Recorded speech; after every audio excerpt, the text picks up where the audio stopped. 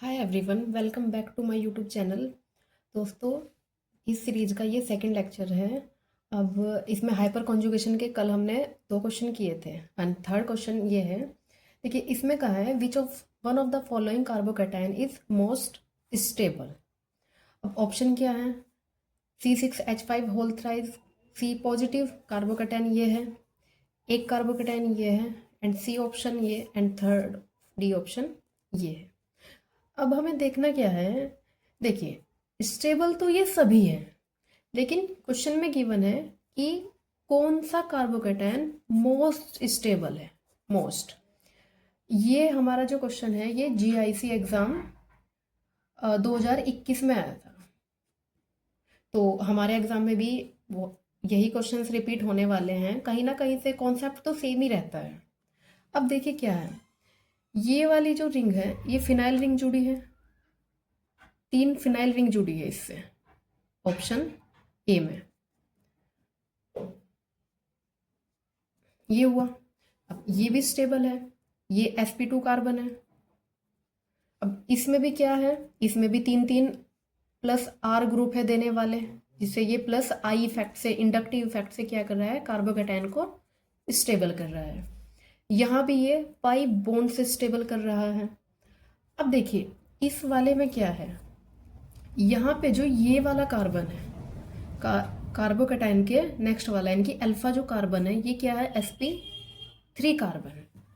और हमें एक बात पता है, sp3 कार्बन का जो बॉन्ड एंगल होता है वो कितना होता है, 109 डिग्री 28 मिनट।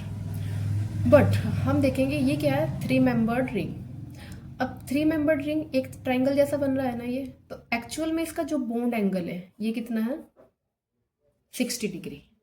इसका मतलब एंगल होना कितना चाहिए था, इतना, sp3 के अकॉर्डिंग, बट है कितना, 60 डिग्री।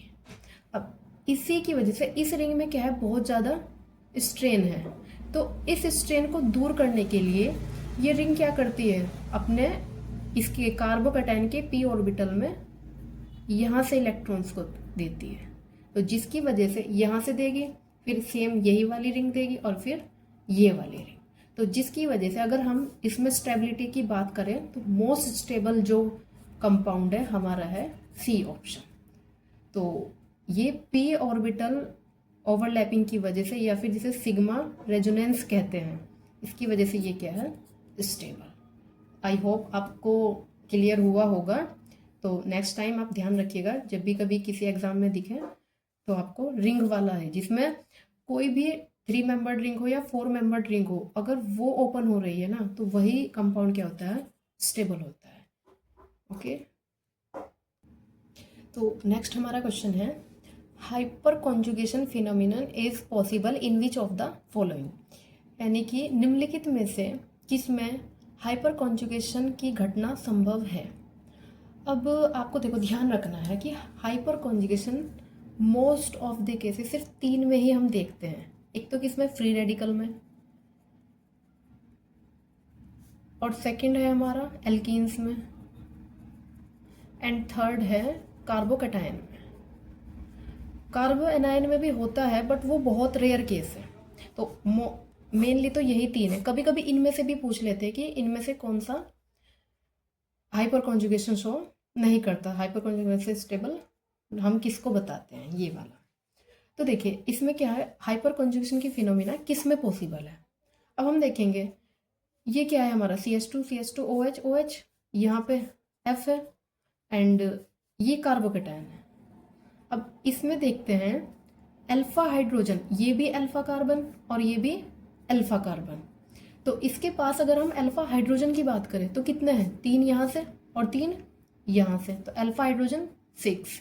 कभी कभी इसको भी हाइड्रोजन के केस में कंसीडर कर लेते हैं, लेकिन अगर हाइपर कॉन्जुगेशन स्ट्रक्चर की बात करें तो वो होंगे 7, बट अल्फा हाइड्रोजन कितने हैं, 6 है। तो यही वाला आंसर क्या हो जाएगा, यही आंसर होगा हमारा, क्योंकि यही कार्बोकैटायन क्या करेगा, इन अल्फा हाइड्रोजन की वजह से स्टेबल होगा। ओके, आई होप आपको ये दोनों क्वेश्चन समझ आए होंगे। अब हाइपर कॉन्जुगेशन से इतने क्वेश्चन आई थिंक सफिशेंट है।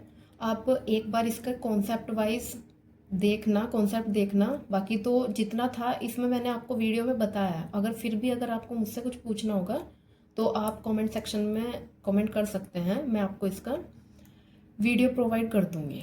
अब इसके बाद हम किसी और टॉपिक पे बात करेंगे। लेक्चरर के सिलेबस के अकॉर्डिंग ही हम चल रहे हैं। तो अभी हमारा एक टॉपिक हाइपर कॉन्जुगेशन कंप्लीट हो गया है, हाइपर कॉन्जुगेशन। इसके बाद हम सिलेबस में से दूसरा टॉपिक को देखेंगे। Okay, thank you so much for watching. और चैनल को लाइक शेयर सब्सक्राइब जरूर कीजिए।